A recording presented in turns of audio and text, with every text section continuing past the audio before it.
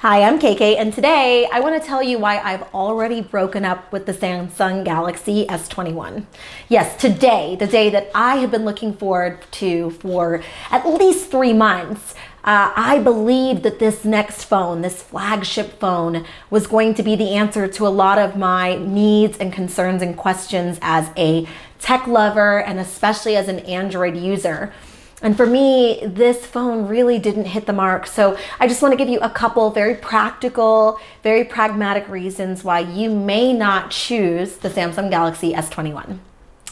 So first, just a little bit about me. My background has always been in leveraging technology to improve my life and as a business coach to help my clients level up and do better with their sales and their outcomes. As a marketer, I believed that this new flagship phone would be honestly maybe the end-all be-all of all Samsung Galaxies. I've had Samsung Galaxies for decades now, I think, yeah, really long time. And I've always loved, waiting a couple generations and getting a new iteration. I'm due for a new phone, and so I had been interested in the Samsung Galaxy FE. I think there's some really interesting, awesome reasons why that may be a good fit for you. As a practical, pragmatic gal, I'm not gonna go through tech specs or anything that talks about like the basics of unboxing, but I'm gonna get right to the meat. For me, this is I call it my ghetto Samsung Galaxy S9. It is a workhorse. I've had this thing for what's about to be 3 years. I absolutely love it. It does everything I need it to do because for me, my phone is not everything. I use it for essentially the basics: phone calls, text messages, a little bit of social media, mostly all work. And so I don't take phone calls on this phone. So that's probably the big thing. As a coach, I work with clients all over the world, all over the United States, and we work entirely by Zoom. So I don't have to worry about any sort of like phone needs, massive technology needs there. And so for me, I just need a phone that's relatively stable with regards to what it offers, that has like basic features that I take advantage of. I've noticed that for many of my feminine business-like counterparts, it comes down to like camera, like visual quality, and maybe just overall look and feel of the phone. Like, how can I give it a cool case like this one? I mean, watch this thing. Pretty cool, huh? Can you see that? Anyway, so for me, those are the 3 things I really look forward to in a phone. Where this phone was really appealing to me is that I was really impressed with the Samsung Galaxy FE, and I believe that the next iteration of the S20 models would have been even better. And in some ways it is, to quote another tech reviewer, he said it was an update, but not necessarily an upgrade, and I couldn't agree more. Where I'm struggling is the lack of an expandable memory, that SD card slot that I've become really accustomed to as a longtime Android user.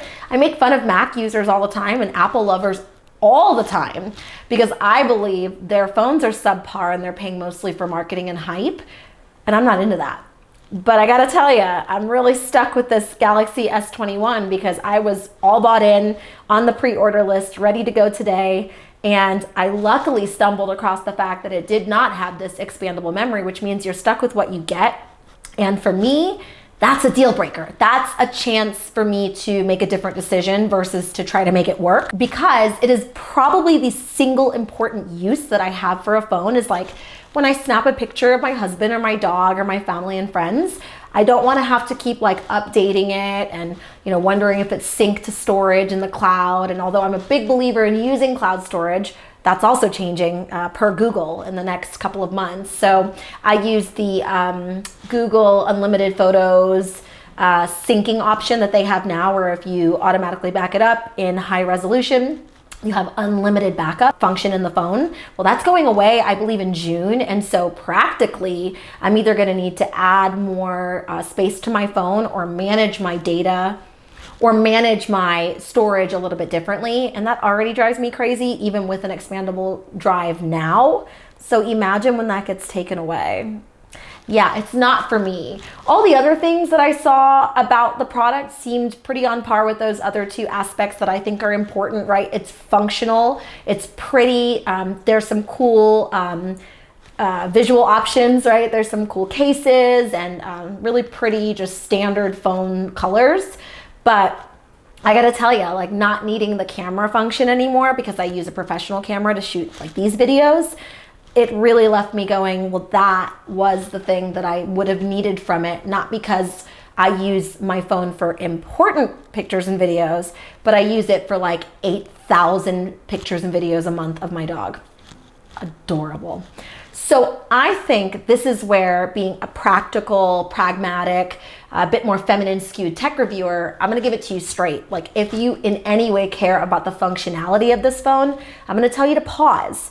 Look at the features that you've become accustomed to, like the expandable drive, and make sure that it's in this new set of flagship phones, or else you may take a pause for real and not do anything at all until maybe another phone comes out. Or take a look back. I'm pretty sure I'm gonna drive this thing till the wheels fall off and until it breaks or shatters on me, I'm gonna hold on to my trusty Galaxy S9 that I really love and still works awesome. And I think I'm gonna wait and probably get the FE, the Samsung S20 FE that came out a couple of months ago.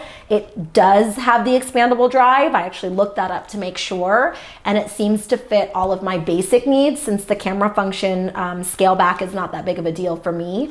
So I hope this video will help you to decide what's best for you. I don't mean to talk badly about the S21. I bet you it's a bomb phone. Like some of those other features, I gotta tell you, they're hella cool and definitely something worth looking into. But if you're a practical, pragmatic, just average everyday gal like me, oh, they caused some major breakage in my heart today. So unfortunately, I will not be moving forward with this phone, but I'd love to know what you end up deciding to do. So let me know in the comments and I'll be happy to respond. I'm KK. Let's talk again soon.